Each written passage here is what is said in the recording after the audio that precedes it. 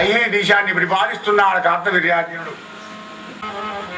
ఆ కార్తవీర్యార్జునుడు ఒక్కనాడు వేట కోసమని వచ్చి వేటాడి వేటాడి సాయం సంధ్యా వేళకు జమదగ్ని మహర్షి యొక్క ఆశ్రమానికి వచ్చినాడు. ఆ జమదగ్ని మహర్షి సత్యవతి యొక్క కుమారుడు.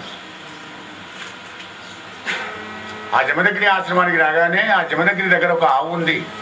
ఆవు కోరిన కోరికలన్నీ ఇస్తుంది, కామధేను. జమదగ్నితో అన్నాడు రాజు, అయ్యా అంత బాగేనా మునీశ్వరా అని నమస్కారం చేశాడు. కూర్చుంటే అయ్యా పొద్దుగూకింది కదా, ఏం పోతారు మీరు రాజ్యానికి, ఇక్కడే ఉండండి, మీకు రాజలాంఛనాలతో సగౌరవంగా మీకు సకల సౌకర్యాలు కలిగిస్తానన్నాడు. సంశయం చేశాడు కార్తవీర్యార్జునుడు. అయ్యా ఐశ్వర్యవంతమైనటువంటి సౌకర్యాలు చేయాలనుకుంటారా? నా కామధేను ఉంది నా దగ్గర, గోవు, దాని ద్వారా మీకు అన్ని సకల మర్యాదలని కూడా చేస్తానన్నాడు. రాజులకు కావాల్సింది ఏముంది? సంగీతం కావాలి, మధువు మగవ అవన్నీ కూడా లాంఛనాలన్నీ కూడా చేస్తానన్నాడు. ఆ గోవుతో చేశాడు. ఆయన తిన్నాడు. వక్ష భోజ చూజ పానీ పదార్థాలు, మధువు తాగాడు. నాట్యాలు, నృత్యాలు, సంగీతాలు అన్నీ తమగా సుఖపడ్డాడు. మర్నాడు లేచి ఇంటికి పోయినాడు. కుడిచి కూర్చుండి మొదపుపై కోర్కె చేసి సంపదేటికి ఆవుదానుగాక ఇటి గోవులయన్నడు ఎరుగ మనసు పట్టి తెండని తన యొద్ది బడుల వంప్య నరేంద్ర.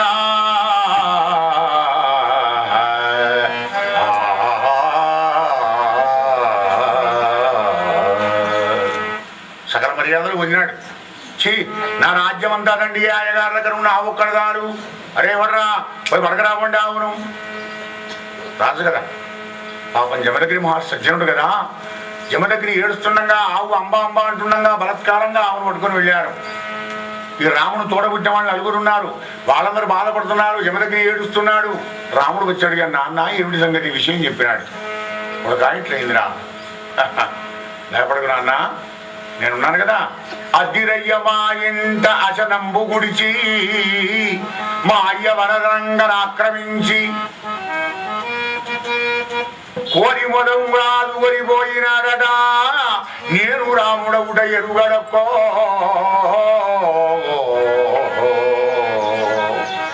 గుడిచి కూర్చుండి మా ఇంట కమా భోజనం చేసి చిన్న ఇంటి మాసాలు లెక్కించినట్టుగా మా గోవుని పడుకొని పోతారా? నా సంగతి వాడికి ఏం తెలుసు? నాన్న తొందరపడకన్నాడు. శిరసరాసనాలు గండ్రగుడ్డలు తీసుకొని మహిష్మతిపురం వచ్చినాడు కార్తవీర్యార్జునుడికి. 7 ద్వారాల్లో కూడా ఉన్నాడు కార్తవీర్యార్జునుడు సింహాసనం మీద. ద్వారం వెనక సింహాద్వారం ముందర రాముడు నిలబడ్డాడు. పరశురాముడు పగపకా నవ్వాడు కార్తవీర్యార్జునుడు. పరశురాముని చూసి, బాలుడు వెర్రి బ్రాహ్మణుడు, బాలుడు వెర్రి బ్రాహ్మణుడు, బ్రాహ్మణుడు కైబడి ఉంటామా అని భూపాలుల తోడ భూరి బలభగిల తోడ భయంబులకి కయ్యాలకు వచ్చినాడు.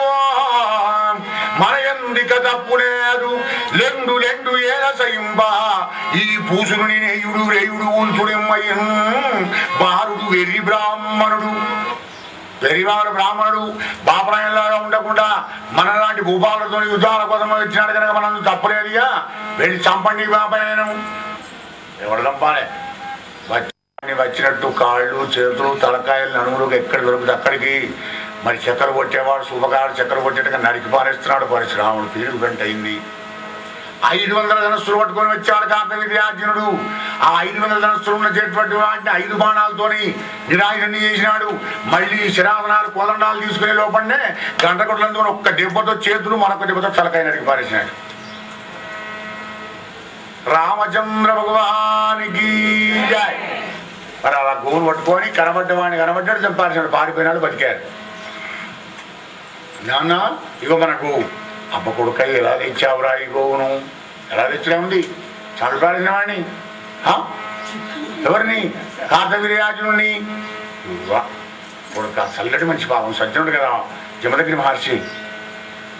పుత్రా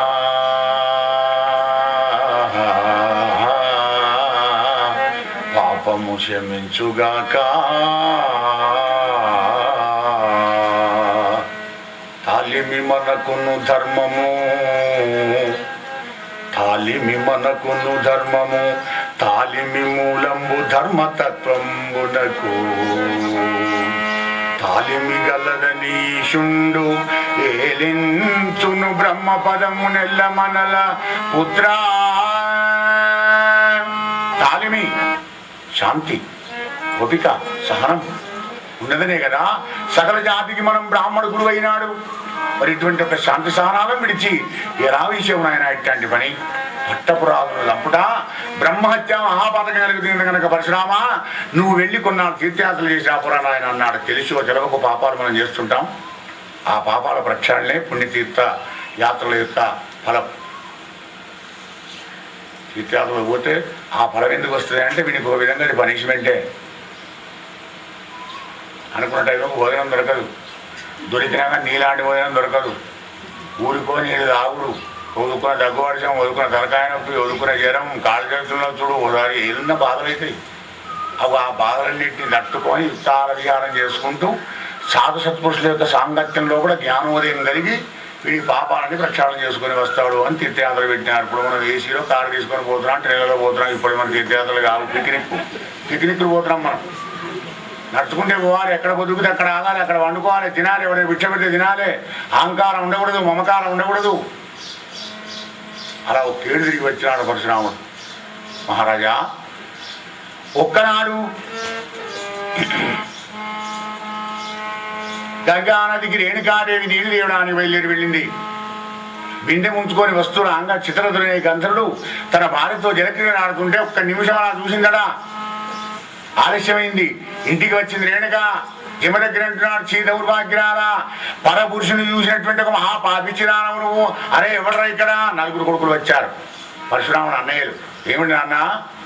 పరపురుషుని చూసినటువంటి కిరాతకురాలని మీ తల్లిని నరికి పారేయండి. నాన్న ఇంకేమైనా చెప్పుగానే అమ్మను ఏం చంపం, చీ దౌర్భాగ్యరారా. ఇలా తండ్రి కొడుకుల మీదకి వెళ్ళి పెడుతున్నాడు కోపానికి వచ్చి. పరశురాముడు వచ్చినాడు. ఏమిండా అన్న? అరే భార్గవరామయ్యారా, తండ్రి మాటకు ఎదురు చెప్పిన దౌర్భాగ్యమని అన్నాడు. మరి పరపురుషుని వేసిన పాపిచ్చిని తల్లిని 5 నరికి పారి 5 దెబ్బలకు 5 నరికి పారేశాడు పరశురాముడు. శబాష్, కొడకమంటే నువ్వురా. రామా ఏం కావాలో కోరుకో, నాన్న ఏం వద్దు, 5 బతికించు. వెంటనే మళ్ళీ నీళ్లు తల్లి 5 బతికించినాడు. కనుక కలియుగ మానవులారా, పడిన వారిని మరల బ్రతికింపనోపును జనకుడనుచు చంపె పరశురాముడు, అతడు చంపెననుచు అన్నర తల్లిని జనకుడు ఆజ్ఞనైన చంపమనదు సుమ్మా. కాపీ కొట్టేది కలియుగం కదా నాయన. ఈ మాత్రం ట్రూ కాపీ తీయకుండి పరశురాముడే చంపే మనకేందని తల్లిని చంపకుండి అన్నలను చంపకుండి నాయన. ఎందుకంటే చచ్చిన వాళ్ళని మళ్ళా బతికిస్తాడు మా తండ్రి అన్న సత్యం పరశురాముడు తెలుసు కనుక చంపాడు. కనుకనే మాతృద్రోహి అయినాడు ఈయన, గురుద్రోహి అయినాడు చంద్రుడు, భాతృద్రోహి అయినాడు మరి విభీషణుడు, పితృద్రోహి అయినాడు ప్రహ్లాదు. వీళ్ళంతా భాగవతోత్తములే నలుగురు కూడా. మరి ఎందుకు? అధర్మాన్ని ఎదిరించాలి అంటే కొంచెం ద్రోహమే కనబడుతుంది బయటికి. ధర్మం వేరు, ధర్మ సూక్ష్మం వేరు. ధర్మ సూక్ష్మం మనకు అధర్మంలాగా కనబడుతుంది, కానీ కాసంత లోపలికి వెళితే అది ధర్మమే అన్నిటిగా ఉంటుందన్నమాట. మరి అలా మళ్ళీ బతికించాడయ్యా పరశుమహారాయ. పరశురాముని కొడుకులు కొంతమంది పారిపోయిన వాళ్ళు మిగిలిన వాళ్ళు ఉన్నారు కదా, రాముడు లేని సమయంలో వచ్చి జమదగ్ని మహర్షిని చంపి వెళ్ళిపోయినారు. శత్రుశేషం, రుణశేషం, అగ్నిశేషం ఏ కొద్దిగా ఉన్నా కానీ మళ్ళీ అంటుకుంటుంది. జమదగ్ని మహర్షిని చంపారు పాపం. తలకాయ మొండె కొడుకుని పెట్టుకొని ఏడుస్తున్నారు అన్నలంతా. రాముడు వచ్చి ఆ దృశ్యాన్ని చూసి, అన్నలారా ఈ యొక్క శివాన్ని మొండ్యాన్ని తలకాయని కాపాడుకుంటుండండి, తండ్రిని మనం పుణ్యలోకాలకు పంపించాలని శిరశరాసనాల గండ్రగుడ్డలు తీసుకొని ఇక బయలుదేరినాడు. రాజు అన్నవాడిలో దాన్ని పారేసినాడు. ఎవడికి రాజు? నువ్వు ధర్మాన్ని నాశనం చేయడానికి పుట్టావా రాజయ్యి? బ్రహ్మజ్ఞానాన్ని చంపడానికి పుట్టావా రాజయ్యి? రాజు అనేవాడు ఉన్నాడు, వాడిని చంపారేసాడు అన్నమాట. అలా 21 సార్లు వెతికి భూభాను నివారణ చేసి దుష్ట శిక్షణ చేశాడయ్యా ఆ యొక్క శ్రీహరి భార్గవరామాకుతోని పరీక్ష మహారాజా. నరేంద్ర, పరశురాముని కథను అడిగావు కదా, చెప్పాను. పురూరవుని కొడుకు ఆయువు, ఆయువునకు నౌషుండు, క్షత్రవృతుండు, రజీను, రమ్మును అనే సుమారం పుట్టి అతనికి దిరగడకుండగలిగే వాసుదేవాను సంబూతుడైన ధర్మంతరి అనేటువంటి వాడు యజ్ఞవాగమునకు అర్హుడు. అతనికి అలరకుడు, అలరకునికి సన్నిధి, అతనికి భరకుడు, భరకునకు భార్గభూమి జనించిరి. మహారాజా, రజీ అనేటువంటి వానికి 500 మంది కొడుకులు కలిగి అందరూ దేవత్వాన్ని పొందారయ్యా. అది అట్లుండే నౌషునకు యతియు యయాదియు సంయాదియు నాయాది వియతి కృషియు అనగా 6 కొడుకులు పుట్టిరి. యతిని రావు చేసినాడు. కొన్నాళ్ళ కూడా నిజంగానే యతీశ్వరుడై వెళ్ళిపోయినాడు. రెండవ వాడిని యయాది మహారాజు భూమండలం అంతా పరిపాలిస్తూ శుక్రాచార్యుల బిడ్డ అయిన దేవయాన్ని వివాహం చేసుకున్నాడయ్యా అన్నాడు సుగ్రీవుడు వారు. క్షత్రియుడైన యయాతి మహారాజు బ్రాహ్మణ కన్య అయినటువంటి ఒక దేవయాన్ని వివాహం చేసుకోవడం ఏమిటయా, వర్ణశంకరం కాదా అన్నాడు.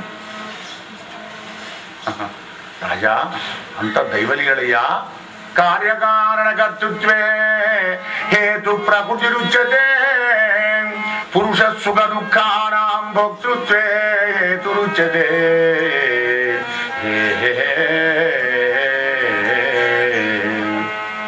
కారణకార్య హేతువులన్నీ కూడా ఆ కమలదళాక్షుడైన పరమాత్ముడేనయ్యా. మన చేతులే ఉందయ్యా పరీక్ష మహారాజా, నేను చెబుతున్నాను అన్నాడు. ధనుజరాజు అయినటువంటి ఒక వృషపర్వుడు అనేటువంటి రాజ్యంలో కూడా ఆ వృషపర్ణుకు బిడ్డ ఉంది, దాని పేరు శర్మిష్ఠ. ఆ వృషపర్ణు దగ్గరనే పురోహితం చేస్తున్నాడు మన శుక్రాచార్యుల వారు. ఈయనకు కూతురు ఉంది, ఆమె పేరు దేవయాని. ఈమె పురోహితుని బిడ్డ, శర్మిష్ఠేమో రాజు బిడ్డ. వీళ్ళిద్దరు 10 మంది జలకెత్తెళ్తున్న ఒకనాడు జలవిహారానికి అని ఓ చెరువులోకి వెళ్ళి వలవలు ఒడ్డుకు విడిచి జలక్రీడలు ఆడుతున్నారు. ఎవరో మగవారు వస్తున్నారని అలికిడి విని గబగబా వచ్చి వలవలు కట్టుకుంటున్నారు. ఆ వలవలు కట్టుకోగా దేవయాని వలవలు శర్మిష్టకు పోయినాయి, శర్మిష్ట వలవలు దేవయానికి వచ్చి గంతే. అక్కడ జరిగిన పొరపాటు గది, ఎవరి తప్పేం లేదు కదా. దేవయాని చూసింది, ఆ బట్టలను ఇట్లా పట్టుకొని ఎడవ చెప్తా అని. ఆ లోకేశుని ముఖంలోంచి వేదాలు బ్రాహ్మణోత్తములు పుట్టినారు. ఆ బ్రహ్మంలో అగ్రగణ్యుడైన సుధీసేవ్యుడైన మా తండ్రి భార్గవుడు సుమ్మా. ఆ భార్గవుని కూతురునైనా నేను పవిత్రాలనైనా నీ వస్త్రమును కట్టనా చేటియా. నీ వస్త్రం నేను కడతానే వెత్తరారా. అది రాజుబిడ్డేనా శర్మిష్ట. అవునా, ఆహా, బిడ్డ నిన్ను పోస్తే పాలు వెళ్తాయి, నన్ను పోస్తే నెత్తులు వెళ్తానే. బిచ్చుండై మీ తండ్రి మా జనకుని బిచ్చించి ఉండంగా రోజు వచ్చి పప్పు బియ్యం చింతపండు నూనె అడుక్కొని పోయి బిచ్చం ఎత్తుకొని మా ఇంట్లో మేము అన్నం బియ్యం బిడ్డదాకా నుండి గచ్చలేదు. నీకు బాగా మాట్లాడుతున్నాయి బిచ్చగాని బిడ్డ. దీన్ని బలవరోజు నీళ్ళు బావిలో దొబ్బండి. రాజుబిడ్డనే అది. బలవలు ఇడిచి బావిలో వాడితే తెల్లారులు ఇడిచింది అందులో పడి. కనుక ఎటువంటి అక్షరామ్రాయం చేస్తూ మాట్లాడుతుంటావో నీ జీవితం అంతా నీ మాటగానే ఆధారపడిందిరా జీవ అంటుంది గురువాణి. ఎద్దేవా చేసుకుంటూ మాట్లాడేవాడి జీవితం అంతా ఎద్దేవే అయిపోతుంది. అహంకారంతో మాట్లాడేవాడి బతుకంతా అణగారిపోతుంది. నల్లిపుట్ల వేషాలతో మాట్లాడేవాడి బతుకంతా నల్లి పుట్టినట్టే అవుతుంది వాడి బతుకు. కఠినంగా మాటలు మాట్లాడి ఇంకోళ్ళ బాధలు పెట్టేవాడి బతుకంతా కఠినమైపోతుంది. దుఃఖం వచ్చే మాటలు మాట్లాడేవాడి బతుకంతా దుఃఖమయమైపోతుంది. అమృతమయంగా మాట్లాడి ఎవడైతే మాట్లాడుతుంటాడో సత్యం ప్రియహితం చేయొద్దు. అలా వాడి జీవితం ఆనందంగా ఉంటుంది కదా. కఠినంగా మాట్లాడింది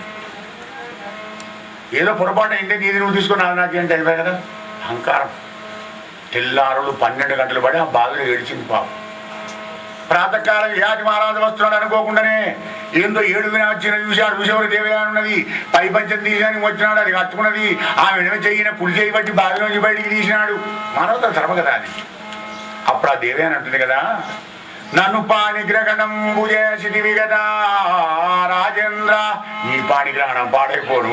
పాణిగ్రహణం ఎక్కడ నీ చేయి నా చేయబట్టని పైకి తీసినట్టు నిన్ను తీసిన కానీ నీ పాణిగ్రహణం తీసినా ధనపాణిలకి పంపించారు మీ అయ్యా. మానవత ధర్మంతుని బతికించాను కానీ పాణిగ్రహణం కాణిగ్రహణం పెట్టకు. శుక్రాచార్యుడు మీ తండ్రి శాపం పెట్టి పారేస్తాడు, అట్లాంటి పద్ధతి పెట్టకన్నాడు. మహారాజా నాకు ఎట్లా బ్రాహ్మడు భర్త కాడయ్యా, కచుడు నాకు శాపం పెట్టాడని చెప్పింది. బృహస్పతి కుమారుడు కచుడు మృతసంజీవని విద్య కోసం వచ్చినప్పుడు అవి ఆయన శాపం పెట్టాడనమాట, నీకు బ్రాహ్మడు భర్తగా లభించకపోవుగాక. కనుక మా నాన్నతో చెప్తాను, నువ్వే నా భర్తవనే, నా చేయని ఎవరికి ఇవ్వలేదు అన్నది. మీ నాయన కూడా చేసుకుంటాను అన్నాడు. పోయి దేవయ్య చెప్పింది, నాన్న ఈ పుష్పరం ఇంట్లో మనం బిచ్చం ఎత్తుకుంటున్నామట, రోజు వాడు పెట్టి అన్నమే తింటున్నామట, మనం గిత్త గదిలేని ఆడమా, ఇటువంటి దాంట్లో పురోహితం ఎందుకు చేస్తున్నాం, నేనైతే వెళ్ళిపోతున్నాను, ఉడిపెడిగా చచ్చిపోతే ఇక్కడ ఉంటే. ఒక్కటే బిడ్డ, అయ్యో బిడ్డ ఎందుకు మాట్లాడుతున్నావే, వాడిని తిక్కరీపుతో చూడిపిడే అన్నాడు అని వృషపురం దగ్గరికి వచ్చాడు. ఏమిరా నా బిడ్డని నీ బిడ్డకి ఇట్లా అనడా, నేను పోతున్నా పురోహితం ఏం చేయ, నీ బాంచనయ్య గారిని దానం పెడతా, నువ్వు పురోహితం చేయకపోయినా బతకలేను, నువ్వు ఏ షరతు విధించినా ఏ శిక్ష విధిని అంగీకరిస్తా కానీ నువ్వు లేకుండా మాత్రం నేను బతకలేనయ్యా, నీ పురోహితంతో నేను బతుకుతున్నానన్నాడు. బాగా బదిలాడుతుంటే బిడ్డ బాగా బదిలాడుతున్నాడు కదా, ఇక ఓని రాని మరి ఏదన్నా మరి ఆ పగ తీర్చుకోవడానికి ఏదైనా చెప్పు, షరతు ఆ షరతు పెడితే నేను అన్నాడు శుక్రాచార్య. చూసారా, పట్టుదలలు, ఈర్ష్యలు, కార్పణ్యాలు, అసూయద్వేషాలు ఇప్పుడు పుట్టినవి కాదని అనాదిగా వస్తున్నటువంటివే. మరి అట్లాంటి వాడికి అటువంటి ఫలం, ఇట్లాంటి వాడికి ఇటువంటి ఫలం. ఇంకేముందా, ఇది నాన్న ఇది నాకు దాశదానిగా ఉంచుతాను, అడుగువాని బిడ్డను శర్మిస్తాను.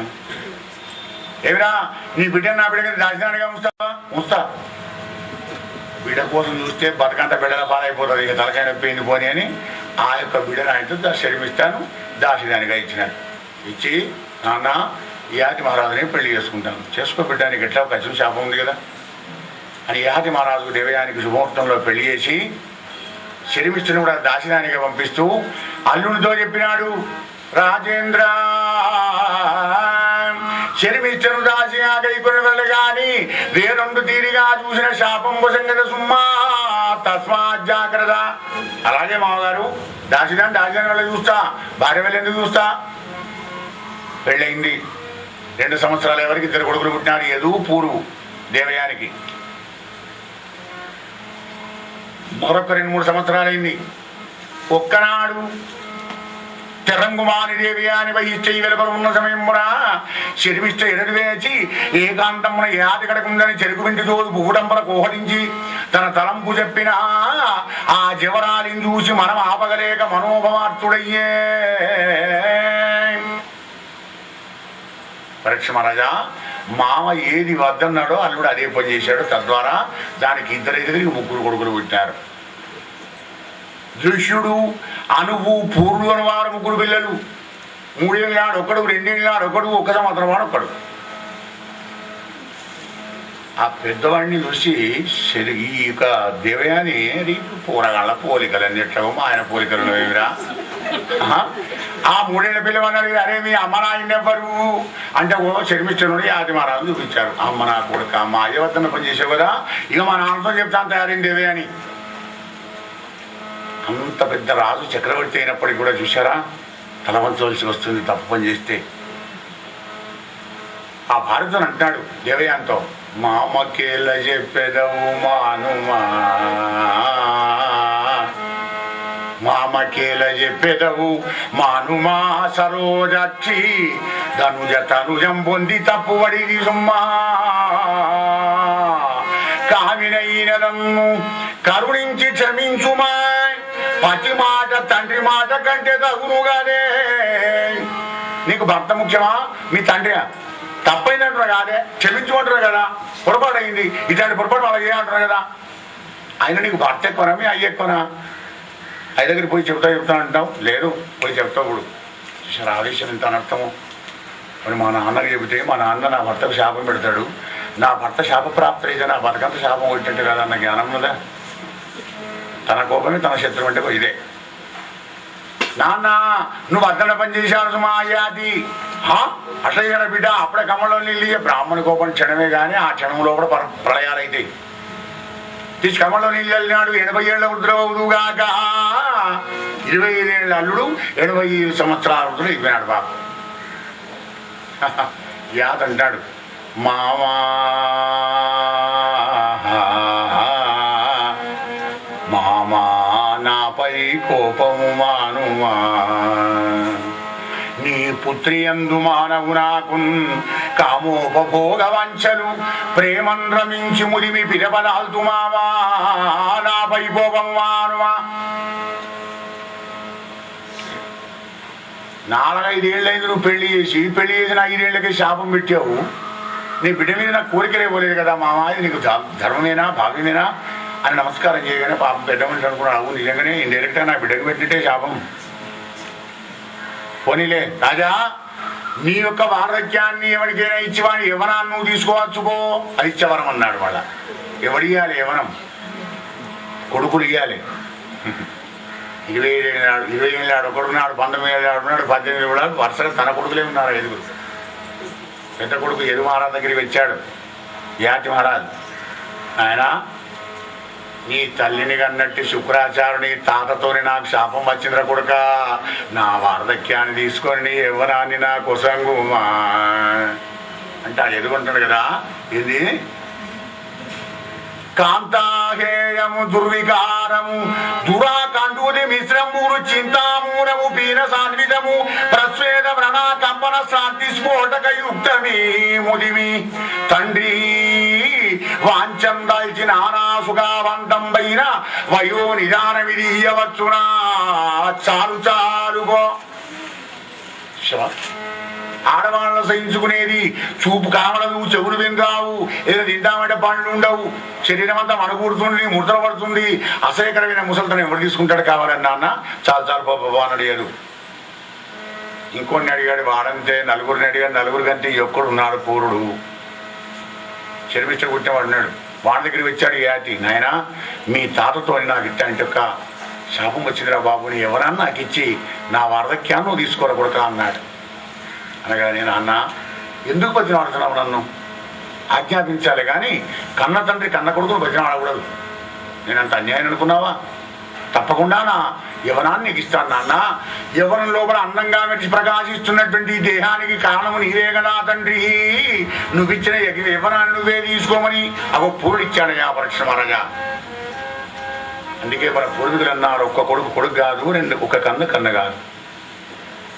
గయలోకి వెళ్ళి శ్రాద్ధం పెట్టి కుశోత్సర్జనం చేసి కన్యాదానం చేసి అనేక దాన ధర్మాలు చేసి మరి ఎవడైతే పితృదేవతలను పుణ్యలోకాలకు పంపిస్తాడో అని పితృదేవతలు ఎదురు చూస్తారట. అట్లాంటి వాడు నలుగురు కొడుకుంటే అందులో ఎవడన్నా ఒక్కరు మాత్రం ఉండకపోతాడు అన్న ఆశతోని మన వాళ్ళు నాడు అన్నారు అంతమందిని. కానీ ఇప్పుడు వాడు ధర్మాత్రం పుట్టని, అధర్మాత్రం పుట్టని, పాపాత్రం పుట్టని, సురూపి గురూపి ఎవడన పుట్టని అన్నారు. వన్ రాజా రామచంద్ర భగవానికి అవి ఆ పూరుడు ఇచ్చాడు. 1000 సంవత్సరాలు అనుభవించాడు యవనాన్ని యాతి మహారాజు. సప్తద్వీపాలను 7 వీధులుగా భావించి 1 సహస్ర వర్షాలు కామభోగా అనుభవించాడు దేవయ్యంతో. మరి తర్వాత తన యొక్క యవనాన్ని తనకిచ్చి తన వార్ధక్యాన్ని తీసుకొని దేవయాన్ని పిలిచాడు.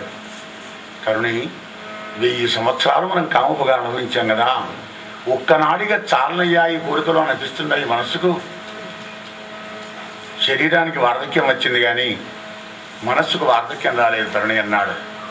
కామోపభోగ వంచలు దేమారును పురుషుడు అనుభవింపుతునున్నన్ కామంబు శాంతి బంధునే ధూమద్దజుడు అజ్యవృష్టి దృంగుడు వడునా. కామోపభోగ వంచలు వేమారును పురుషుడు అనుభవింపుతునున్నా. కోరికలు అనుభవిస్తున్నావు బట్టి ఇంకా ఇంకా ఇంకా ఇంకా ఇంకా ఇంకా చచ్చదాకా ఇంకా ఇంకే. మహాశనో మహాపాప విద్యేనమేవీనం. మహాశనం ఎప్పటికీ తృప్తి అయిందయ్యా అనడాది అగ్నిలాగా తే తే తే తే ఉంటాయి కోరికలన్నీ. మరి ఎన్నాళ్ళు ఇక్కడ ఉందాం మనం? ఆశాపాశానికి అంత్యం ఉందా దేవయాని? నేడు మొదలు తృష్ణాఖండనం చేసి మరి వానప్రస్థామాసనం చేసి సన్యాసం పుచ్చుకోవడానికి వెళుతున్నారు. వస్తావా, కొడుకుల దగ్గర ఉంటావా అంటే భర్త వెంబడి వచ్చింది దేవయాని. దేవయాన్ని కూడా తీసుకొని అరణ్యవాసం వానప్రస్థానికి వెళ్ళి పూర్ణికి రాజ్యం ఇచ్చి ఎదుగులకు రాజ్యాలకు లేకుండా శాపాన్యసంగి నిర్మూలిత సకల సంగుడై సత్రదస్తము గుణములు దిగనాల నిమలంపైన పరమంపైన వాసుదేవాభిధాన పరబ్రహ్మమునందు భాగవత గదిలో మరి ముక్తికి వెళ్ళాడయ్యా యాతి మహారాజు పరీక్ష మహారాజా. రాజా రామచంద్ర భగవానికి జై. భారత, నీవు జన్మించిన పూర్ణ వంశాన్ని చెప్తున్నాను, సావధానంగా విను. ఆ పూర్ణకు జన్మేజయుడు. జన్మేజయునికి ప్రాచీన మాంసముడు, అతనికి కణ్వుడు, ఆ కణ్వునికి మేధాతీతాన్ని పరస్కందుడు, ఆ అతనికి సుమతికి రైభ్యుడు, ఆ రైభ్యునకు దుష్యంతుడు పుట్టి మహారాజు అయినాడయ్యా. ఆ దుష్యంత మహారాజుకు నాడు అరణ్యం కోసం వేట కోసం వచ్చి కణవమాముని యొక్క ఆశ్రమం దగ్గరికి వచ్చాను కదా, ఆ కణవమాముని యొక్క దర్శనం చేసుకుంటానని అలా ఆశ్రమం లోపలికి వెళ్ళాడు. అద్భుతమైన దృశ్యాన్ని చూశాడు ఆ దుష్యంత మహారాజు. ఏమిటది? సింహం కరలో కనబడితే ఏనుగ బతకదు, అంత భయం దానికి. అటువంటి ఏనుగులకు ఆహారం తినిపిస్తున్నాయి సింహాలు, పెద్ద పుల్లు గోవులకు ఆహారం తినిపిస్తున్నాయి, పిల్లులు ఎలకలకు ఆహారం తినిపిస్తూ ఉన్నాయి. మరి పాములన్నీ దగ్గరికి వెళ్ళి ఆ యొక్క నెమిలిపించాలు పిచ్చుకొని వాటికి నిద్రకలను బట్టి తిరుగుతున్నాయట. పరస్పర వైరి శత్రుత్వాలు కలిగినటువంటి జీవకోటి హాయిగా కలిసిమెలిసి ఉన్న అద్భుత దృశ్యాన్ని చూశాడు దుష్యంత మహారాజు. ఆహా, ఈ మునీశ్వరుని యొక్క యోగ ప్రభావం ఎంత గొప్పది అని మరో 10 అడుగుల లోపల వేసినట్ట. వేరొక అందమైన యువతి నడుచుకుంటూ వస్తున్న ఎదురుగా ఆ అమ్మాయిని చూశాడు. కణవ మహాముని ఊర్ధ్వరేధస్సుడు, సంతానం లేదు, గృహస్థాశ్రం లేదు ఈయనకు. మరి ఈ అమ్మాయిని చూడగానే నా మనసు ఎందుకో ఈమె పడింది, బహుశా ఈమె క్షత్రియ కన్య అయి ఉంటుందేమో అంటే ఆయన మనస్సు మీద ఆయనకు అంత విశ్వాసం అన్నమాట. ఈమె క్షత్రియ కన్య కాకుంటే నా మనస్సు విరిగిపోవడానికి వెళ్ళలేదు. అయినా అడిగి చూస్తాను, తరుణి ఎవదేవు నీవు? ఈ ఆశ్రమంలో ఉన్నటువంటి ఒక కన్యక, ఎవరి బిడ్డవు, నీ పేరేమిటి? అయ్యా మేనక విశ్వామిత్రుడు కన్నదారా, నా పేరు శకుంతల అంటారు, కణవమాముని సాదుకుంటాడయ్యా, మా తండ్రి గారు వస్తారు, కూర్చోండి ఆతిథ్యం తీసుకుంటారు. కానీ ఇక నాకు ఆతిథ్యం మధ్య ఏమద్దు, కానీ నిజాన్ని చెప్పావు కదా, నీకు ఒక స్వాతంత్రం ఉంది తరుణి అన్నాడు. నువ్వు రాజతనయువు గనక నీ భర్తను నువ్వే వెతుక్కొని ఇష్టమేదంటే వివాహం చేసుకునే అధికారం నీకు శాస్త్రం ఇచ్చింది కనుక నేను నచ్చితే నన్ను వివాహం చేసుకో, నిన్ను పట్టపురాణిగా చేసి హస్తినాపురానికి రాణిగా చేస్తానన్నాడు దుష్యంత మహారాజు. అలా మాటలతో నీ ఒప్పించి గాంధర్వ వివాహం చేసుకొని గర్భం నిలిపి వెళ్ళిపోయినాడు దుష్యంత మహారాజు. తన యోగ స్థితితో తెలుసుకున్నాడు కణవ మహర్షి. బిడ్డ అయినా మానే, మంచి పని చేసావు, పట్టపురాజుని ప్రేమించావు కదా, భర్త వంశాన్ని ఉద్ధరించేటువంటి ఒక కొడుకు పుడతాన్ని కానీ ఆశీస్సులు ఇచ్చినాడు కణవ మహర్షి. మరి కొద్ది రోజులు కాగానే చక్కటి పిల్లవాడిని కన్నది శకుంతల. కాళ్లకు చేతులకు హరము కులిశం శంఖం చక్రం కలిగినటువంటి చక్ర చిహ్నాలతోని పిల్లవాడు పుట్టినాడు. భరతుడు అని నామకరణం చేసినాడు. 5 ఏళ్ల పిల్లవాడినాడు ఆ భరతుడు. శకుంతలను చూసి అంటున్నాడు కణవ మహర్షి ఒక్కనాడు, బిడ్డ ఎన్నాళ్ళు ఉంటారు ఇక్కడ? పట్టపురాజుని మగడు బిడ్డ,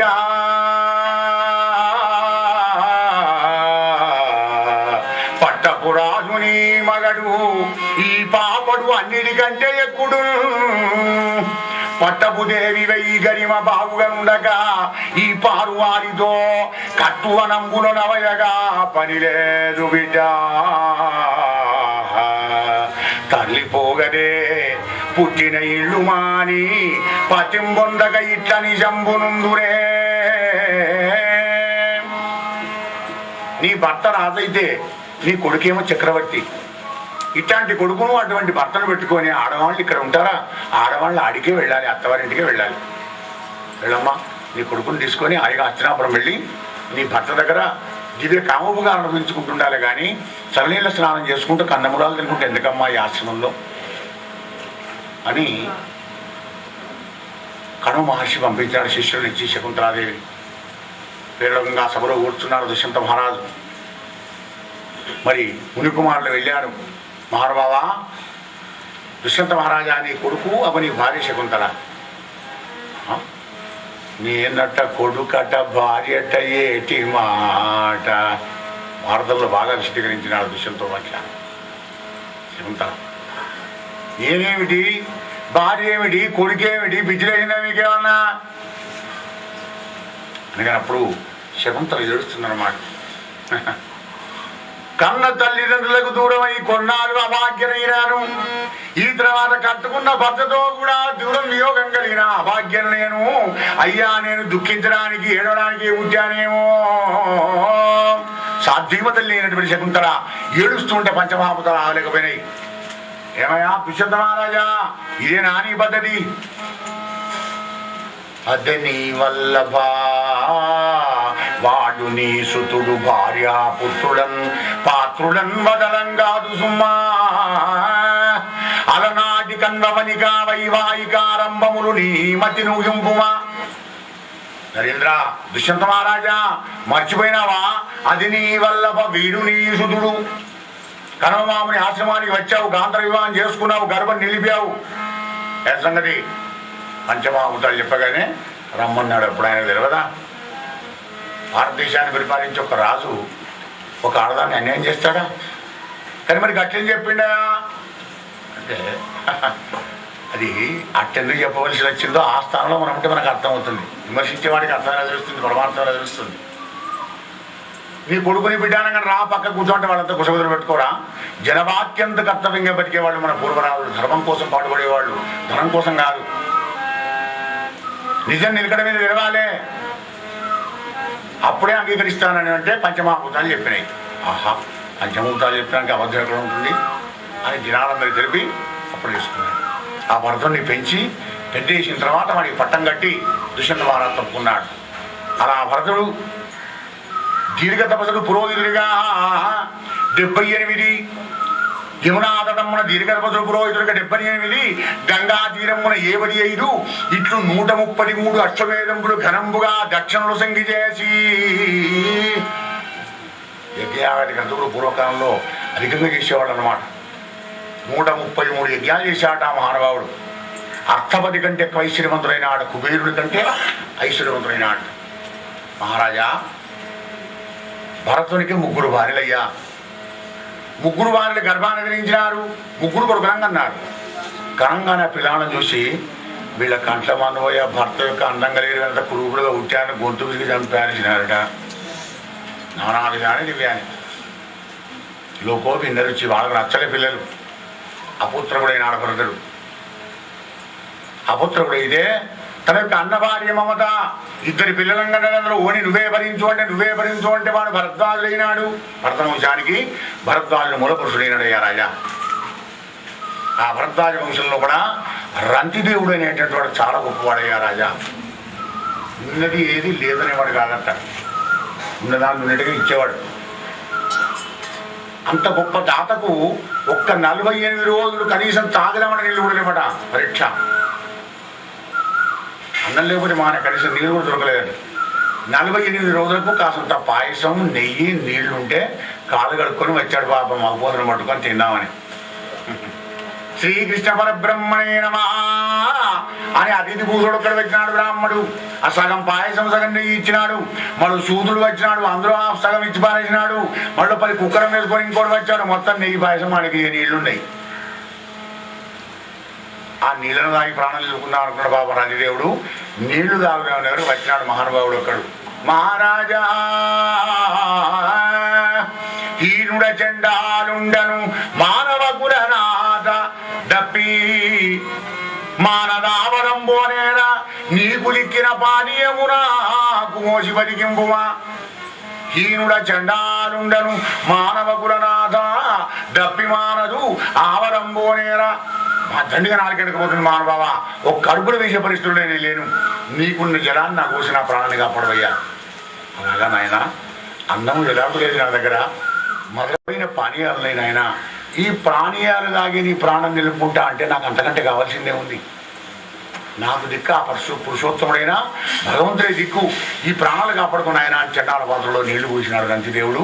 వెంటనే బ్రహ్మ, విష్ణు, మహేశ్వరుడు, దేవేంద్రుడు 4 ప్రత్యక్షమైనారు. ఆయన రంతిదేవా, ఏం కావాలి కోరుకో. వారలనేమియునడిగక నారాయణ భక్తి తన మనమ్మున వెలుగం ధీరుండాతడు అడిగవరంబు. నాకేం వద్దు, నారాయణమూర్తి మీద భక్తి కలిగేటికి వరం అన్నాడు. విజ్ఞానగర్భిడైన భక్తితోని మరి అలా పరమపదానికి వెళ్ళినాడు రంతిదేవుడు. చాలా గొప్పవాడయ్యా పరీక్ష మహారాజా. నరేంద్ర,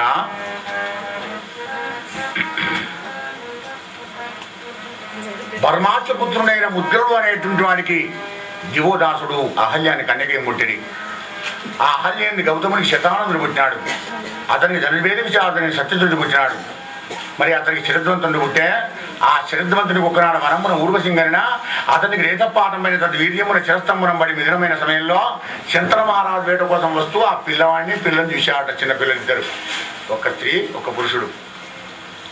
వాళ్ళ పేరే కృపాచార్యుడు. వాళ్ళని తీసుకొని వచ్చి సాది పెద్ద పెరిగిన తర్వాత ఆ కృపిని ద్రోణాచార్యునికి ఇచ్చినాడు. కృపాచార్యుడేమో కౌరవ పాండవులకు బాల్యంలో ఆచార్యత్వం చేశాడయ్యా. జయద్రథుడు అనేటువంటి వాడికి 2 భార్యలు. ఆ 2 భార్యలకు 2 కొడుకులు పుట్టారట. ఇట్లా లెఫ్ట్ హ్యాండ్ ఓతకు, రైట్ హ్యాండ్ వాళ్ళకు. వక్కలు చెరువు వక్క ఈ వక్కలు పాడగానే పెట్టమూలం వచ్చినాడు. అర్ధరాత్రి వేళ జన అనే రాక్షసి వచ్చా 2 వక్కలు అతికించింది. పిల్లవాడు బతికి ఏడుస్తున్నాడు. కడప దగ్గర పెట్టి వెళ్ళిపోయింది ఆ రాక్షసి. వజ్రకాయుడైనాడు వాడు. జన చేత సంతానం చేయబడ్డాడు కనుక జరాసంధుడు అని నామకరణం చేసినాడు. నరేంద్ర అతనికి సహదేవుడు. మరి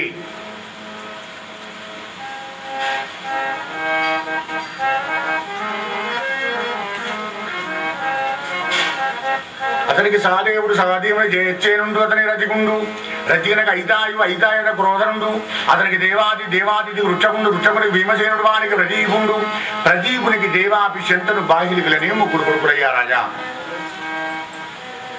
అందు దేవాపి రాజ్యాన్ని ఉల్లక వనంలోకి వెళ్ళి సన్యాసాన్ని స్వీకరించాడయ్యా రాజా. అది కారణంగా అతడు రాజ్యార్హుడు కాలేదు. నీ అన్నకు రాజ్యం ఇచ్చిన అనాథుడని బ్రాహ్మణుడు పలికిన శంతనుడు వనానికి వెళ్ళి దేవాపికి ప్రేమ చెప్పి రాజ్యం ఉయ్యకొని పలికిన వాడు దేవాపి నేను రాజ్యం చేయనన్నాడు. శంతనుడు రాజ్యం చేసినాడు. బాలికుండిన వారికి సోమరత్నుడు పుట్టే సోమరత్నులకు భూరిశ్రవశ్వరుండిన వారు ముగ్గురు ముట్టిది. శంతనులకు గంగానదికి వైష్ణవాగరుడు ఈయన భీష్ముడు పుట్టే. ఆ శంతనులకు దాశకన్యకైన సత్యవతి యందు చిత్రాంగదకు చిత్రవీరులకు 2 కొడుకులు పుట్టిరి. అందు చిత్రాంగదుండు గంధర్వ చేతన ఏతుండయ్యే. పరీక్ష మహారాజా సత్యవతి భద్రుడి మును శంతను పెండము గానినాడు. సాంగత్యమున పరాశరుడు గర్భము చేసిన బాధరాయనుండత్యది గుండు శ్రీహరి కళాంశకుడై ప్రభవించే. నిత్యములు సత్యములైన వేదముల సాంగముల వేదింప దక్షుడై నరేంద్ర. సత్యవతి వధుడి మునుశంతను పెళ్ళము గానినాడు. వివాహం కాకముందే పరాశర వారి యొక్క సంయోగంతో వేదవ్యాస భగవానుడు మా నాన్నగారు పుట్టారయ్యా. మా నాన్నగారి దగ్గర నేను సాంగోపాంగంగా భాగవతాన్నంతా అధ్యయనం చేశానయ్యా. పరీక్ష మహారాజా విచిత్ర వీరునకు కాశీరాజు పుత్రుడు అంబికా అంబారి గారిని విష్ణుడు బలత్కారంగా వివాహం చేసినాడు.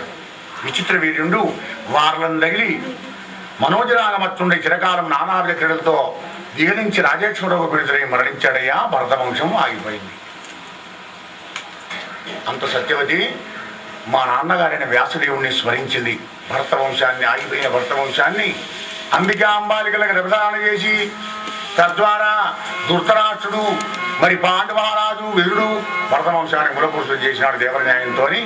మా నాన్నగారైనటువంటి వ్యాసభగవానుడు మరి ఆ ధృతరాష్ట్ర మహారాజుకు గాంధారి వలన 9 కొడుకులు దుశ్శల అనే ఒక కుమార్తె పుట్టింది. మరి ఆ పాండురాజును కుంతీదేవికి ఇచ్చి వివాహం చేసినారు. ఇంకొక మాదిరి అనేట ఆమెను కూడా వివాహం చేసుకున్నాడు ఆ పాండురాజు. ధర్మజ భీమ అర్జున నకుల సహదేవులనంగా 5 కొడుకులు పంచపాండవులైనారయ్యా కుంతీదేవికి. అలా మీ భరతవంశం పెరిగిందయ్యా రాజా.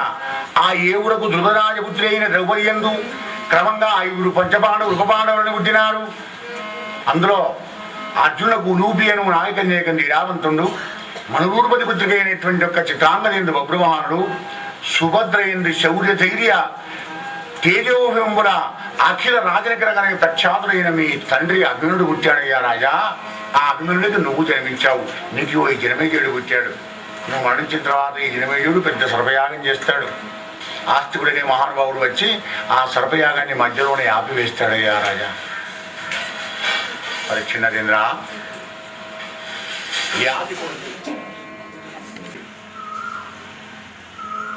అందులో సభానులకు విశుద్ధుడు హేముడు శతముడు సుతముడు బలి ఉంటుంది. ఆ బలిక్షేత్రమున దీర్ఘతముని వలన అంగ వంగ కళింగ సింహ పుండ్ర ఆ సత్యరథునికి నిరథుడు అతని శ్రమరథుడు తన చిత్రరథుడు మొదటి ఆ చిత్రరథుని పేరే రోమపాలుడు. రోమపాలుని సంతానం లేకపోతే దశరథ మహారాజు పుట్టిన శాంతం సాధుగుణానికి ఇచ్చినారు. అప్పుడు సంతానం కలిగింది ఆయన. విశ్వశృంగుడికి ఇచ్చి ఆయన వివాహం చేయగానే ఆ రోమపాలకు చిత్రంగుండు, చిత్రంగనకు బృలాక్షుడు, బృలాక్షుడు బృద్రదుండు, అతనికి ధృతి, ఆ ధృతికి ధృతవతుడు, ధృతవతుడు సత్యకర్ముడు, సత్యకర్ములకు అతిరథుడు పుట్టినారయ్యా రాజా. ఇగో ఈ అతిరథుని భార్య రాధా. వీళ్ళిద్దరికి దొరికిన చిన్నప్పుడు కుంతి అమ్మవారు విడిచిపెట్టిన కర్ణుడు ఇదో వీళ్ళకి దొరికినాడయ్యా. పరీక్ష మహారాజా ఏ ఆది పెద్ద కొడుకైన ఎరుమారాజు యొక్క వంశం చెప్తున్నాను, సావధానంగా విను. ఆ ఎరువులకు సాధయుక్తు కోర్చు నలుగురు సంభవించింది. పెద్ద కొడుకైన సాధన శతశక్తి కలిగే ఆ చతుర్థకు మహాయోగిన వారు ముగ్గురు పుట్టింది. అందుకు ధర్ముడు నేత్రుడు కుంతికి మహిష్మరుడు కుదవీరుడు, అతని కుదవీరుడికి అర్జునుడు జనించే. అతని కొడుకులు మొత్తం ముగ్గురులైన ఆరుగురులో పుదుస్తుడని మనకి ధర్ముడు పుట్టే. అది అట్టుండే రాజా. పుష్టివంశంలో మహాభోజుడనేవాడు మహాధార్మికుడు. ఆ మహాభోజుడు భోజన వంశం వాళ్ళంతా కూడా భోజ వంశం వాళ్ళని పిలువబడ్డారయ్యా. అతనికి వృష్టికి సుమిత్రుడు యుధాచి జన్మించిరి. అది యుధాచికి శనియు అనమిత్రుడు జనించిరి. ఆ అనమిత్రుడికి నిమ్ముడికి సత్రాజుడు వశీలమైన వారు ఇద్దరు పుట్టిరి. మరి అనమిత్రుడికి శని వారు వెలగడు. అతని పుత్రుడు సత్యకుండు, అతనికి విధానం జరిగిన సాత్యకి, ఆ సాత్యకి జయందు జరిగిన గుణి, ఆ గుణి యుగంధుడు పుట్టిరి. మరి అతనికి ఆవుకుండను కుమారుడు, ఆవుకిన కన్నయ్యగలిగిరి. ఆవుకునికి దేవకుండు గురుశనుడు ఇద్దరు కొడుకులు. అందు దేవకునికి దేవరుండు, అర్పదేవుండు, సుదేవుండు, దేవవర్ధనుడు అని నలుగురు కలిగిరి. వాళ్ళకు క్రమంగా ధృతదేవయు, శాంతిదేవయు, ఉపదేవయు, శ్రీదేవయు, దేవరక్షిదయు, సహదేవయు, దేవకీదేవి అనగా 7 పుట్టింది. కథానాయకుడు తల్లి పుట్టింది. ఉగ్రసేనుడు కంసుడు, న్యక్రోధుడు, సునామకుండు, కపుండు, శంకుడు, శుభు రాక్షపాలుడు, విశృష్టుడు, సృష్టిమంతుడు కొడుకులు, కంసకంసపతి సురాపు రాష్ట్రపాలిక అనే కూతురు పుట్టిరి. మరి వారందరూ కూడా వసుదేవానుజ బారినగిరి. భజమానికి విరుతుండు, విసినీయని బోధుండు, ఒటికుండు, ఉదురు దేవమేడుండు, చంద్రకు బుధవర్మైన కొడుకులు కలిగిరి. ఆ దేవమేడునికి మారిసేను భార్యేందు వసుదేవుడాదిగా 10 మంది కొడుకులు పుట్టిరి. వసుదేవుడు పెద్దవాడు. ఆ 10 మంది కొడుకుల కనుక పృథ అనేటువంటి ఒక అమ్మాయి పుట్టిందయ్యా. ఆ పృథ అనేటువంటి అమ్మాయిని కుంతిబోధుడు మరి పెంచుకోవడానికి తీసుకుని వెళ్ళాడు. కుంతిబోధుడు ఇంట పెరిగింది కనుక కుంతి కుమారి అని ఆ పృథకు పేరు వచ్చిందయ్యా పరీక్ష మహారాజా. మహారాజా ఒక్కనాడు కుంతిబోధుడి ఇంటికి దుర్వాసము నిద్ర వస్తుంటే ఈ కుంతి కుమారి సేవ చేసింది. పాపం చేస్తే ఆ మహానుభావుడు వెళ్ళిపోతూ, అమ్మాయి నీ సేవకు కడంగా సంతోషపడ్డానమ్మా, నీకు ఏ దైవాన్ని పిలిచినా కానీ వచ్చే మంత్రాన్ని ఇస్తున్నాను పొమ్మన్నాడు. 14 ఏళ్ల ప్రాయం పాపం కుంతీదేవికి. టీనేజ్ అంటాం మనం ఇంగ్లీష్లో. అది కూడా 7 ఇయర్సే. 7 ఏళ్ళే ఉంటాయి, 13 to 19. టీనేజ్ కూడా 7 ఇయర్సే. శరీరంలో ధాతువులు 7. మనకు కలిగిన రోగాలు 7. కామ, క్రోధ, లోభ, మోహ, మలం, ఆశ్చర్యం. మనం బతికేది 4 రోజుల్లో 7 రోజులే. అన్నీ 7 సప్తం. అలా పాపం ఆ 13 ఏళ్ల ప్రాయంలో ఉన్న కుంతిదేవి మునీశ్వరుడు ఇచ్చిపోయినాడు కానీ మరి నిజమా అబద్ధమా గమ్మడికి ఇచ్చింది, ఆ ప్రాక్టికల్ చూద్దాం అని ప్రయోగం చేసింది. పాపం ఎవరు చేస్తే సరే ప్రత్యక్షమైన సూర్యనారాయణ మూర్తి అయితే మన కనబడేవాడు అని సూర్యమంత్రాలు చదివింది. రానే వచ్చాడు పద్మిని వల్లభుడు అని రాగానే గడగడ వణికిపోతుంది కుంతి కుమారి. దేవదేవా మంత్ర పరీక్షార్థం నిన్ను అభిమంత్రించింది కానీ దేవదేవ మదన క్రీడాదండంబు కోరి పిలువలేదు. మంత్రించిన తప్పు సహించి మరలు దినేశా మదన క్రీడాదండంబును కోరి పిలువలేదు. ఏ కోరికతో నేను వెళ్ళింది భాస్కరా, ఏదో మంత్ర పరీక్ష కోసం పిలిచాను, వెళ్ళవయ్యా అన్నాడు. నువ్వు రమ్మంటే వచ్చి వెళ్ళిపోమంటే వెళ్ళిపోవడానికి ఏమనుకుంటావు? దేవతాగణం వ్యర్థం పోతుందా? పిచ్చిదానా, నీ కన్యాత్వం దూషితం కాకుండా సద్యో గర్భం లోపల సహజ కవచ కుండలాలతో అలాంటి కొడుకు పుడతాడు. వాణ్ణే నేను సర్వకాల సమావస్థలను కూడా పెంచుకుంటాను అన్నాడు సూర్యభగవానుడు. అలా కర్ణుడు రాజీవుడైనాడయ్యా పరీక్ష మహారాజా. ఆ విధనుని ప్రపితాముడైన పాండురాజులోకం చేసుకున్నాడని చెప్పాను కదా. మరి అలా దేవకీదేవి తోడబుట్టిన వాళ్ళందరూ కూడా వరుసగా 2 కూతుర్లు పుట్టినారు. మరి ఆ తర్వాత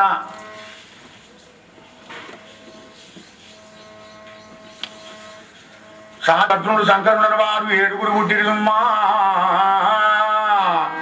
ఆ 7 తర్వాత దుష్టజన నిగ్రహంబును శిష్టజన నిగ్రహంబు చేయుట కొరకై అష్టమ గర్భమునకునోత్కృష్ణుడు దేవకి విష్ణు దేవుడు పుట్టే. రాజా కలియుగమున జన్మింపగలుగు నరులన్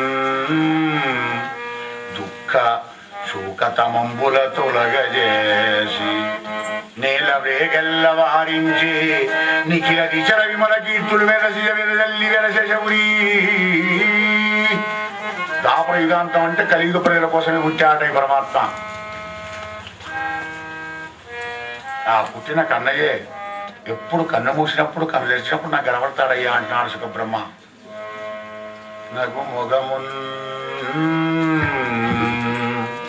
నగుమొగమున్ సుమధ్యమున్ నల్లని దేహము లచ్చికాట పట్టయిన ఉరంబును మహాభుజములు అంచిత కర్ణ కుండల కర్ణముల్ మదే భగతి నీలవేణియున్ కృపారస దృష్టియుగల్గు వెన్నుడు ఇమ్ముల పొడసూపుగాట నా కను మూసిన ఎప్పుడు తెరచునప్పుడు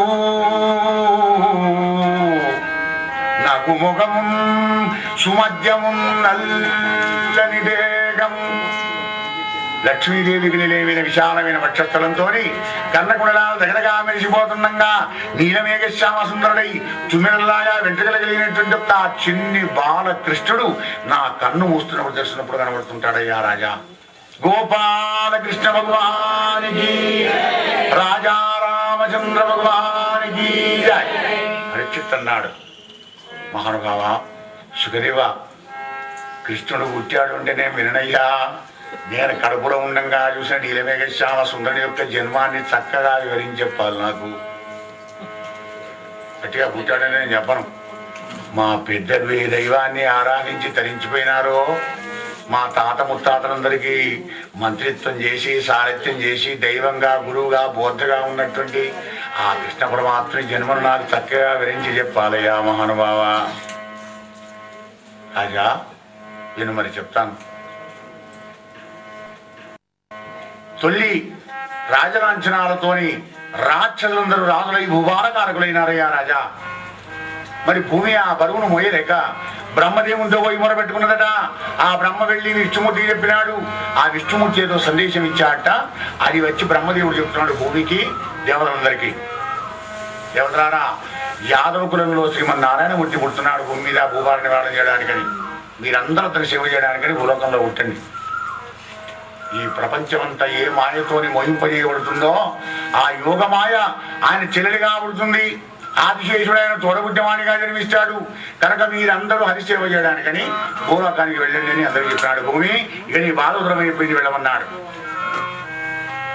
ఏ మధురా నగరం బంధు ప్రియమున శ్రీమన్నారాయణమూర్తిలకు పుట్టనున్నాడో ఆ మధురా నగరమే సకల యాదవులకు మొదటి రాజధాని. మధురా నగరం సకల యాదవులకు రాజధాని. ఆ మధురా నగరం లోపల శూరసేనుని కొడుకైనటువంటి వాసుదేవుడు ఉగ్రసేన మహారాజు బిడ్డను దేవకీదేవిని వివాహం చేసుకున్నాడు. కొత్త పెళ్లి కొడుకు కూతురు వీళ్ళిద్దరిని మళ్ళా అత్తగారింటికి అప్పచెప్పాలి. ఆ సమయంలో తోడబుట్ట కంసుడు వచ్చాడు. నాన్న నేను అప్పచెప్తాను చెల్లెల్ని బావనం అని రథంలో కూర్చుని పెట్టుకొని రథాన్ని గడుపుతూ నడుస్తున్నాడు. మధురానగర పొలిమేర దాటింది రథం కంటే. పగ్గాలు పట్టుకొని సంతోషంగా కేరింతలు కొట్టుకుంటూ సారథ్యం చేస్తున్నాడు కంసుడు. ఆకాశవాణి అంటోంది, కంసా తుష్టయకు భగిని మెచ్చగా ఇష్టుడవై రథము గడిపెరెరుగవు వీరం శిష్టయకు నీ తలోదరి అష్టమ గర్భము నిన్ను హరించు సుమ్మా. సంతోషంగా కేరింతలు కొట్టుకుంటూ రథం నడుపుతున్నావు కానీ ఏ చెల్లెల్ని తీసుకొని పోతున్నావో ఆ చెల్లెలు అష్టమ గర్భమే నీ ప్రాణాంతకం అవుతుంది, నీ మృత్యు దేవత అవుతుంది అన్నాడు. ఆకాశవాణి చెప్పంగానే పగ్గాలు ములగడ కింద వారినాడు. దేవకీదేవి కొప్పు వెంట్రుకలు పట్టుకొని కొరకొరా కిందికి ఇచ్చినాడు. చిన్న వెంట్రుకలు పట్టుకొని కిందికి ఇడుస్తున్నాడు. వసుదేవుడు అన్నాడు, బావా శాంతించు, అన్నవు నీవు చెల్లెలికి అక్కట మాడరు చీరలిచ్చుడో మన్నన చేయుడో మధుర మంజుల భాషలను ఆదరించుడో మిన్నుల మ్రోదలే నిజము మేలని చంపకుమన్నా అన్నవు నీవు చెల్లెలికి అక్కట. బంగారు ఆభరణాలు వారి చెల్లెలికి, పట్టు చీరలు కొనివ్వాలి కానీ చంపుతానంటావేమిటి? కాళ్లకు రాసిన పారాన్ని కూడా ఆడలేదే. ఆడబిడ్డని చంపి అపకీర్తి పాలైపోతావా కంసరాజేంద్ర వద్దయ్యా. అష్టమగర్భంగా నేను చంపేది చెల్లెలితే కాదు కదా, దీనికి పుట్టిన సంతానం పుట్టిన తీసుకొచ్చిన అప్ప చెప్తాను, వాళ్ళని చంపిపారే. కానీ నా చెల్లెల్ని మాత్రం కాపాడు, నా భార్యను మాత్రం కాపాడు, నీ చెల్లెల్ని కాపాడు. పుట్టిన వాళ్ళు ఇస్తావా? తప్పకుండా తీసుకొచ్చి ఇస్తా, ప్రమాణం చేసి చెప్తున్నాను నా వసుదేవుడు అని ఒప్పుకొని దానికి ఇద్దరు తీసుకుపోయి చెరసాల్లో వారేసినాడు. దేవకి వసుదేవుని చెరసాల్లో వారేసి భావి భర్తలు లేకుండా రాజ్యం కోసం ఐశ్వర్యం కోసమని దుర్మార్గుడైన కంసుడు వాళ్ళని చెరసాలలో పెట్టాడు. మరి పుట్టిన కొడుకును కూడా తీసుకువచ్చినట్టు సత్యం తప్పగా తీసుకువచ్చి ఇస్తానని 7 ఏళ్ళ వరకు పిల్లవాడు పుట్టినాడు. పిల్లవాడిని తీసుకువచ్చి కంసుని దగ్గర పట్టుకువచ్చాడు. అది చూసి అన్నాడు కంసుడు, సత్యం తప్పగా తీసుకువచ్చావు వసుదేవా, ఈ కొడుకు నాకే అవసరమైంది తప్ప అష్టమ గర్భం అట కదా, గవాణి చంపతపో పడకపోమన్నాడు. మళ్ళీ ఏమో ఈ గాడి కొడుకు మళ్ళీ తెల్లారి చంపేది నిత్యం అనుకొని పాపం సంతోషం లేకుండా పోయినా అంట. ఇప్పుడు బొమ్మనంగానే ముసులు ఎందుకు ఏం చంపితే ఎవరు కావాలి మళ్ళీ ఏడిచి. అవి యోగి అలా ఉంటాడు. వసుదేవుడు చాలా గొప్ప యోగి కనుకనే భగవానుడు కొడుకుగా ఉంటాడు. ఆయన రోజులు గడుస్తున్నాయి. ఒక్కనాడు నారద మహర్షి వచ్చినాడు, ఏకాంతంలో తీసుకొని పోయినాడు. ఉపదేశం చేసేటప్పుడు ఏకాంతంలో ఉండాలి గురువుగారు. అగో గురువు ఏకాంతంలో తీసుకున్నాడు శిష్యుణ్ణి. ఏకాంతం నారదుడు ఒక్కనాడు కంసుని, కంస మందలోపల ఉన్న నందాదులు వారి భార్యలు పుత్రులు బాంధవులను దేవకి మొదలకు తెరవలు వసుదేవుడాది ఆగల సర్వయాదవులందరూ దేవతలు గాని నిజంబుగా నలుగుగారు సుమ్మా. కంస నీవు రక్కసుండవనీను దేవమయుండి చక్రి దేవకీదేవికి పుత్రుడై జనించి భూతలమ్మున జరబుట్టినట్టి చినటి దైత్యుల నెల్ల దంపు సుమ్మా. దేవరాజ్యం చెప్పాడు, దానికి ఓచాడు మంత్రోదయం చేశాడు, అలవడ్డాడు. ఆడికి టెన్షన్కి అప్పటి నుంచి మొదలైందిగా. నారద మహర్షి ఎప్పుడైతే ఉపదేశం చేశాడో ఇక అప్పటి నుంచి మొదలైందనమాట వాడికి. అన్నం నీరు ఏది లేకుండా తిరుగుతున్నాడు, ఆరాటం పొంది ఇప్పుడే వెళ్ళి చంపన్నా దేవి ప్రజలు అనుకుంటానట. కానీ వద్దు వద్దు, ఇప్పుడే చంపరాదు, పాపం తోడబడిందని ఎందుకు చంపడమని ఊరుకుంటున్నాడు. అక్కడ విశ్వరూపుడైన పరమాత్మ శ్రీమన్నారాయణమూర్తి యోగం ఆయన పిలిచాడు. భద్ర, నువ్వు పదనమందకు పో, అక్కడ రోహిణి ఉన్నది. ఆ రోహిణి గర్భం లోపల ఆదిశేవుడైనటువంటి గర్భం పెరుగుతుంది దేవికి గర్భంలో. దీన్ని తీసుకొని వెళ్ళి రోహిణి గర్భంలో వెయ్యి, నువ్వు యశోద గర్భంలో పడు, నేను వెళ్ళి అష్టమ గర్భంలో పడి దేవికి గర్భంలో పడతాను, అంతా శుభం జరుగుతుంది. నేను చెప్పినట్టుగా గిట్ట నువ్వు చేస్తే భూలోకంలో కూడా నిన్ను మానవులు దుర్గా, భద్రకాళి, విజయ, వైష్ణవి, కుముర, చండిక, కృష్ణ, మాధవి, కన్యక, మాయా, నారాయణి, ఈశాని, శారద, అంబికాను 14 నామంబులం కొని ఆయా స్థానంబులందు సర్వేశ్వరుండకు అరివి నీకు అనేక వరంబుల సంగిన అనేక కానుకలిచ్చి పూజిస్తుంటారు బొమ్మన్నాడు. 14 వేలతో పిలుస్తుంటారు యోగమాయను అనగానే అలాగే వెళ్ళింది. అయ్యో అయ్యో దేవికి దేవి కడుపుపోయిందయ్యా, కడుపుపోయింది అన్నారు. ఇక్కడి గర్భాన్ని తీసుకొని వెళ్ళి రోహిణి గర్భంలో వేసింది, తాను ఈశ్వర గర్భంలో పడింది. స్వామి వచ్చి దేవికి దేవి గర్భంలో పడ్డాడయ్యా పరీక్ష మహారాజా. రోజులు గడుస్తున్నాయి, 2, 3, 4, 5, 6, 7 శ్రీమంతం చేసినారు. 8 అయిపోయినాయి, 9. మరి అలా బ్రహ్మాది దేవతలంతా గర్భస్థులైనటువంటి ఒక దేవకీ వసుదేవుల దగ్గరికి వచ్చి ఆ గర్భంలో ఉన్నటువంటి శ్రీమన్నారాయణమూర్తిని అనేక విధాల స్తోత్రం చేసినారు. అక్కడ కంసుడు నారదుడు చెప్పినాడు కదా, చెప్పిపోయినప్పటి నుంచి ఆనందపడుతున్నట్ట. తిరుగుచు పొడుచుచు ద్రావుచు నరుగుచు కూర్చుండు లేచు తనవరతంబు హరిందరచి జగమా హరిమయమని దరచే కంసుడారని అలికన్. తిరుగుచు కుడుచుచు త్రావుచు నరుగుచు కూర్చుండు లేచు తనవరతంబున్. 24 గంటల హరినామస్మరణం భయమునను కంసుడు. నారదుడు ఉపదేశం ఇచ్చాడు కదా, ఇక పారాయణ మొదలు పెడతాడు రోజు స్మరణ జపం. ఆ అవసరమున అనంతర సమేతులైన దేవతలు నారదాదిమునులు బ్రహ్మాది దేవతలంతా కూడా వచ్చి సత్యవర్తులైనటువంటి ఒక శ్రీమన్నారాయణమూర్తిని అనేక విధాల స్తోత్రం చేసి, మహానుభావ పుట్టు లేని నువ్వు పుడుతున్నావు ఎందుకు ధర్మ సంస్థాపనం కొరకై రా, నీకోసం ఎదురు చూస్తున్నాం. గురుపాఠీ నమవై జలగ్రగమవై గ్రోలంబవై శ్రీందుకేసరివై బిచ్చుడవై అయానండవై క్షమాదేవతాభక్తవై ధరణీనాథుడవై దయా గుణగణోదారుండవై లోకముల్ పరిరక్షించిన నీకు మృక్కెలము ఇలా బాలంబు వారింబుమా. శ్రీహరి మత్స్యకూర్మ వరాహ నరసింహ రూపాలు ధరించి ధర్మ సంస్థాపన చేసినటువంటి ఒక ధర్మస్వరూప సత్యస్వరూప రా తొందరగా గర్భంలోంచి అని ఆయన ప్రార్థించి, అమ్మా దేవకీదేవి నీ ఉదరంలో ప్రధాన పురుషుడు ఉన్నాడమ్మా, ఆయన బయటకు వచ్చా అంటే మా కష్టాలు నీ కష్టాలు అన్నీ పోతాయి తల్లి, ఇప్పటి నుంచి నీ కడుపు చల్లగా ఉంటుంది అన్నాడు. నీ సంతానానికి బాధ లేదు, నీ బాధలన్నీ కూడా దూరం అయిపోతాయి, మా బాధలు కూడా దూరం అయిపోతాయి, దేశం సుభిక్షం అయిపోతుంది, శిష్యులందరికీ ఆనందం కలుగుతుందమ్మా అని చెప్పి బ్రహ్మదేవుడు వెళ్ళిపోయినాడయ్యా రాజా నరేంద్ర. ఈ విధమునారింబడి దేవకీ దేవిని దీవించే దేవతలు ఈశాన బ్రహ్మాండములు గురిజనినా అంతలో పంకజముఖి నీళ్ళాడను సంకటపడా కల్లుల మానసంబుల నెల్ల సంకటములోచ మెల్లన సంకటములు లేమిదోచ సత్పురుషులకు. నీళ్ళాడడానికి ఈమెకు సంకటం, దుర్మార్గులందరికీ ప్రాణ సంకటం, సత్పురుషులందరికీ సంకటాలు దూరం అయిపోయాయి. సంకటం సంకటం సంకటం. మరి అలా పొలతి కంతంత నీళ్ళాడు ప్రొద్దులెరిగే. నీళ్ళావుడంటే ప్రసరించడం.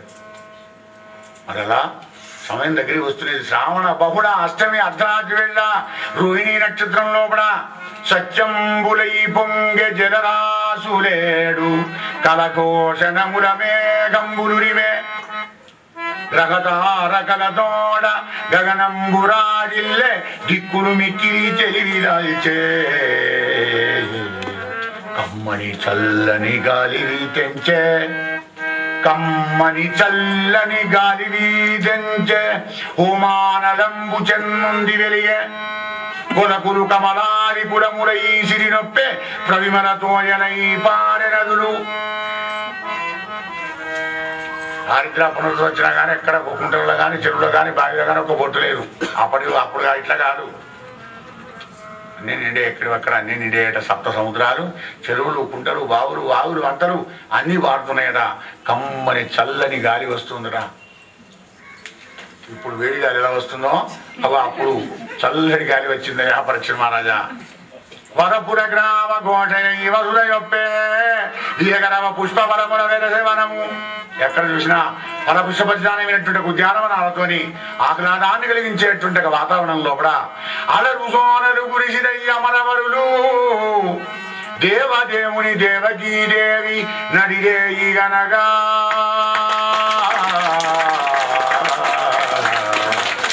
గోపాలకృష్ణ భగవానికి రాజా రామచంద్ర భగవానికి జయ జగదంబా మహారాజ్ఞికి జయ.